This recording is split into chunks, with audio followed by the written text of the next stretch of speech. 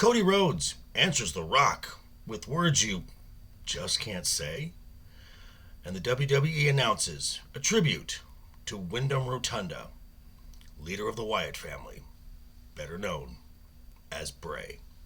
And here we go.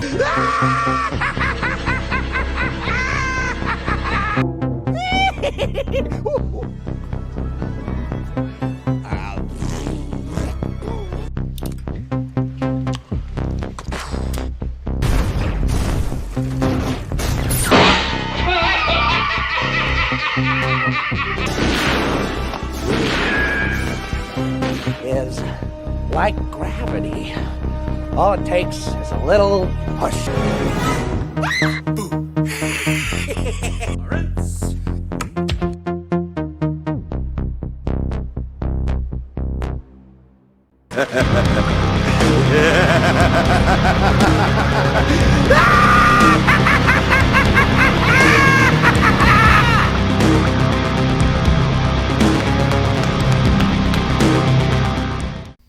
What's up, guys? How you doing? Welcome back to the channel. Glad you stopped by. And if you're brand new, welcome. Grab a seat and stay a while. But do me a couple favors first. Go down and hit that subscribe button. Go next door, ring that bell. Make sure it says all so you know when the next video pops up. Hit that like button. And before you head out, drop a comment. And if you're one of the regulars here, welcome back for another round. I ask that you also hit that like button. And before you leave, drop a comment, because YouTube does love the comments. And of course, share the video out on all social media.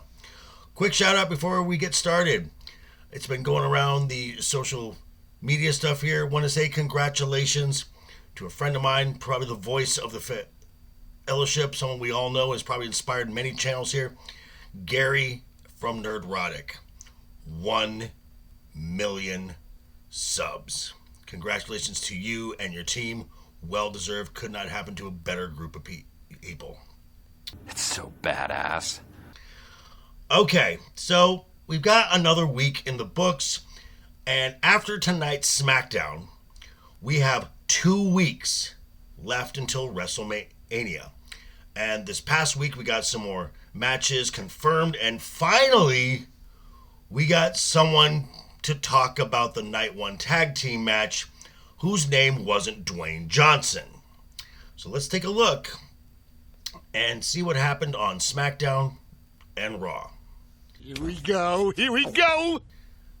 So we're going to start with last week's SmackDown. This was from Memphis, where The Rock gave us his rock concert. This was just hours after he cut yet another 8-minute promo for his social media. And no surprise to anyone, the rock concert ran long. So what else is new? Thanks, Dwayne. So the rest of the show was very rushed as they are trying to fit everything that had to deal with the WrestleMania in the now shortened time constraints. Again, thanks, Dwayne. But we did get some things confirmed. We got the grudge match between AJ Styles and LA Knight. Jimmy Uso accepted his brother's challenge for the WrestleMania. We have the U.S. Championship now. We now know it will be a triple threat between the champion Logan Paul and Randy Orton and Kevin Owens, who now has a path to the WrestleMania after main eventing the last 2 night ones. The main event of the night was Bayley versus Dakota Kai. This ended in a disqualification when Damage Control got involved. Naomi came out to help Bayley fend off Damage Control. So it seems like Naomi now has a path to WrestleMania as backup. And noticeably absent were 2 of the biggest stars on SmackDown, still with no path to WrestleMania, that being Tiffany Stratton and Bianca Belair. But why? And now that brings us to this past Monday on Raw. And a lot of the show was filled with tag team matches, trying to qualify for the 6-pack ladder match at WrestleMania for the Universal Tag Team Championships. We had DIY versus the Creed brothers in a 19-minute match. That was just amazing. DIY got the win. That's Johnny Gargano and Tommaso Ciampa. And after 10 years in the WWE, they have finally earned their spot at the Showcase of the Immortals. Great job, guys. We had the Awesome Truth defeating Indus Sher. Okay, match lasted about 3 minutes. It was kind of predictable. And then we had the New Day, Kofi Kingston and Xavier Woods versus the Alpha Academy. This match lasted about 9 minutes. New Day won. So now we've got a lot more of that match figured out. As I said, the DIY versus the Creed Brothers was an amazing match. The other two, not so much. Another highlight was the Intercontinental Championship contract signing between Sami Zayn and Gunther, because prior to that, Sami had caught up with Chad Gable talking about the Gauntlet match last week. Chad was kind of brushing off Sami's comments, and Sami was like, "Dude, what's up? What's up?" And finally, Chad Gable said it. He said, "You can't beat Gunther." Ouch.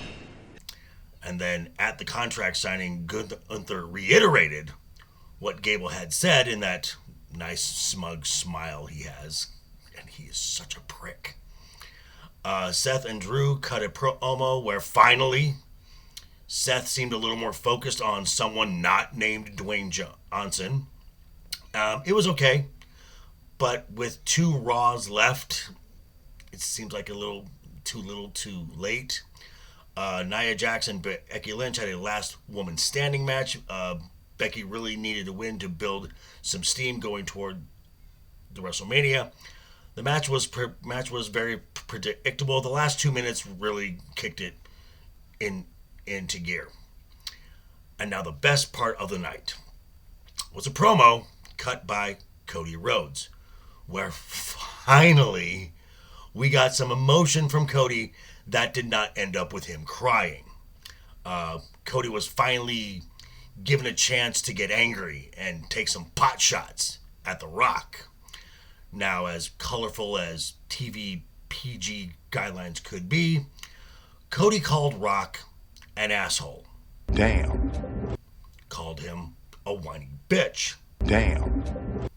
Referred to him as Roman Reigns' side chick. Damn. And then asked The Rock if on night 1 for their tag team match, if he was going to bring that big Dwayne energy, or was he going to be suffering from little dick syndrome? Damn! But as I said with Seth and Drew, 2 weeks left. Is this enough? That's a good question. So yeah, 2 weeks. And let's see what the WWE can do to fill in the rest of this, as there's still some notable people with no path still. And so 2 weeks. Yeah, because after tonight's SmackDown, there are 2 more Raws and 1 SmackDown. Now, you might think, no, there's 3 SmackDowns. Well, the Friday before WrestleMania, at least of late, has been reserved for the WWE Hall of Fame induction ceremony. And I don't expect that to be any different this year. And as far as the Hall of Fame goes, that's what I want to talk about really quick here at the end. There's one obvious choice, and there was another inductee that made me think they were going to induct someone else.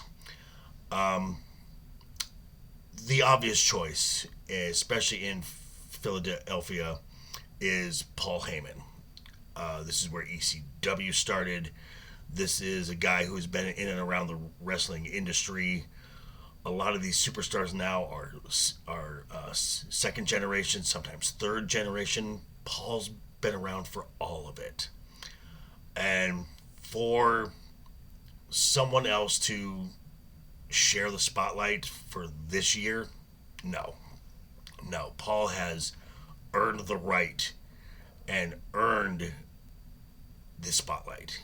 He deserves it, and I cannot wait to hear what he says, because he is the main event of the Hall of Fame ceremony this year. Now, the one that gave me pause to make me think they were going to induct someone else was the induction of the U.S. Express. That was a tag team made up of Barry Windham and Mike Rotunda. Now, Barry Windham is already in the Hall of Fame as a member of the faction known as the Four Horsemen. Now, Mike Rotunda, who, again, has sons that have been or in the WWE. And one in particular, it's interesting because with the U.S. Express and his partner, Barry Windham, one of Mike Rotunda's sons, his first name is Windham. So, by the announcement of the U.S. Express, I thought they would also induct Windham Rotunda, otherwise known to the wrestling world as Bray Wyatt. Bray Wyatt. What can I say about Bray Wyatt? Probably the most creative individual that the WWE has seen for quite some time. And the WWE has always had a mystical type character. I mean, we've had Papa Shango, the Oogie Man, Kane, the Undertaker. But Bray took this to a whole new level. When he, aside from his just in-ring work, which was amazing, when he would cut a promo, it was more like a sermon. And it was just creepy. It was twisted. And this is a talent we're never going to see again anytime soon. It will be, Bray Wyatt will inspire many people to come. But there will only be one eater of worlds. Only one person who is the color red in a world full of black and white. There's only one person who's the nagging conscience that in a world that has thrown itself away to moral monsters, there's only one Fiend. And WWE announced that on April 1st on Peacock, they will be showing this bio documentary called Becoming Immortal, Bray Wyatt. Narrated by Mark Calloway, who you would know as the Undertaker. And his untimely death has really affected the wrestling world. WWE did a piece with the likes of Bayley, Drew McIntyre, Kevin Owens, and others, just giving a quick synopsis of what he meant to them. I'm going to leave a link to that down in the description. And yeah, so I don't think Bray Wyatt's going into the Hall of Fame this year. Definitely next year. And whether it was because of his death, I don't think that's it at all. He would be in the Hall of Fame no matter what. Again, this is someone we're never going to see again. And his talent will be felt and missed for years to come. So I'm just going to leave it there. Yeah. Thanks for stopping by, folks. Check me out tonight. Friday night's Royal Rumble, simulcasting to this channel. And all this stuff, like, subscribe, all of that. Hope you had a great week, and I want you to have a great weekend. So until I see you next time, toodles.